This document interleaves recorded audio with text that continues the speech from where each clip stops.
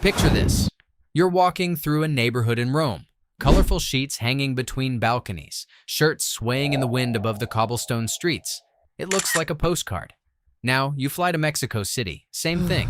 Clotheslines stretched across rooftops. A family's entire week of laundry drying under the sun. Tokyo, same. Bangkok, same. Cape Town, same. Now, land in a suburb in Ohio. Nothing. Clean streets, green lawns, and zero clothes hanging outside. And here's the part that'll blow your mind. In some American neighborhoods, if you hang your laundry outside, you can actually get fined. A legal penalty for drying your clothes in the sun.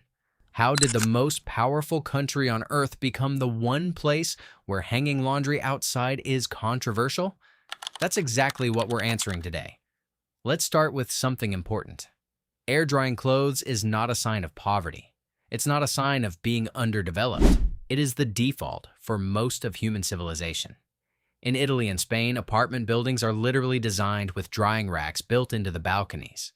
In Japan, one of the most technologically advanced countries on the planet, hanging laundry outside is completely normal.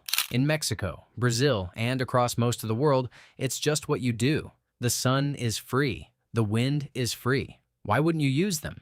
Here's the number that puts it all in perspective. Roughly 75 to 80% of the world's population regularly air dries their laundry. The United States is the exception, not the rule. So what happened?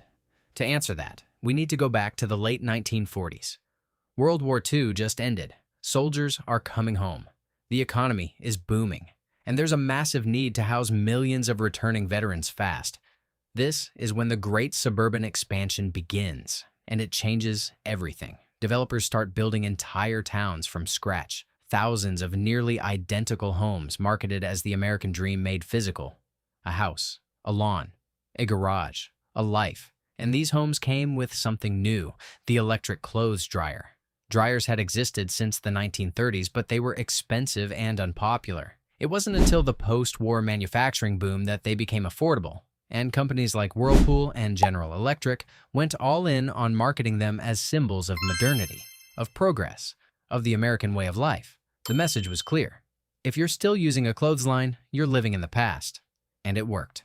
By the 1960s, dryer ownership had exploded. But that's only half the story. As the suburbs grew, something else took shape alongside them. The Homeowners Association, HOAs, started as a way to protect property values. If everyone keeps their home to a certain standard, the whole neighborhood stays attractive. Reasonable enough. But over time, HOAs developed very specific rules about appearances, and clotheslines became a target. The argument was aesthetic.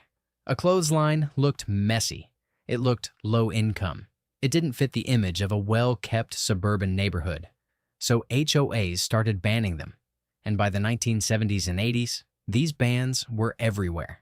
Today, somewhere between 60 and 80 million Americans live in HOA-governed communities.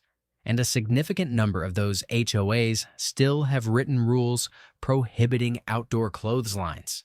Tens of millions of Americans literally cannot legally hang their laundry outside, even if they wanted to. Now, let's talk about what this actually costs. The average American household does about 400 loads of laundry per year. A typical dryer uses around 5 kilowatt hours per cycle. That's roughly 2,000 kilowatt hours a year, just for drying clothes, which adds up to about $150 to $200 on your electricity bill annually. Multiply that across 80 million dryer-owning households, and we're talking about a staggering amount of energy consumed to do something the sun does for free. Studies estimate dryers account for about 6% of all residential electricity use in the U.S., more than your refrigerator. Some states have actually pushed back. Florida, Colorado, Hawaii, Vermont. They've passed right-to-dry laws that limit HOAs from banning clotheslines. And in Europe, rising energy costs have made outdoor drying more popular than ever. In Mexico, it was never abandoned in the first place. And that's what I find most fascinating about all of this. America didn't move away from clotheslines because they don't work. They work perfectly. Your clothes actually last longer when you air dry them, and that's just physics. America moved away from them because of image. Because at one specific moment in history, a clothesline became associated with the old world, with poverty, with not having made it. The dryer wasn't just a convenience, it was a status symbol. And that's not a criticism. Every culture makes decisions based on the values of their time and place. Mexico never had the same suburban HOA culture, so the clothesline was never stigmatized. Italy and Japan had different relationships with space and tradition, so outdoor drying stayed practical and even beautiful. None of these is inherently better. A family in Milan hanging laundry on a terrace isn't more virtuous than a family in Minnesota using a dryer in January when it's minus 10 degrees outside. Context always matters. But what's worth thinking about is how easily a practical decision becomes cultural identity, how a marketing campaign can turn a behavior into a social signal, and how those signals get so embedded that we stop questioning them entirely. Most Americans have never once asked themselves, why don't I hang my clothes outside? It just feels normal. It feels like what you do. And that's exactly what makes it so interesting to unpack. Next time you throw a load into the dryer, just think for a second about the chain of events that made that the default. The post-war boom, the appliance industry, the HOA movement, the way modern got defined in one cultural moment and then hardened into rules and habits that have lasted 70 years. That's a lot of history sitting in your laundry room. Now, I want to hear from you. Do you live in an HOA? Have you ever been told you can't hang clothes outside? Or are you watching from Mexico, Europe, or somewhere else? And this whole thing sounds completely insane to you? Drop it in the comments. I read them all. If you found this interesting, hit subscribe.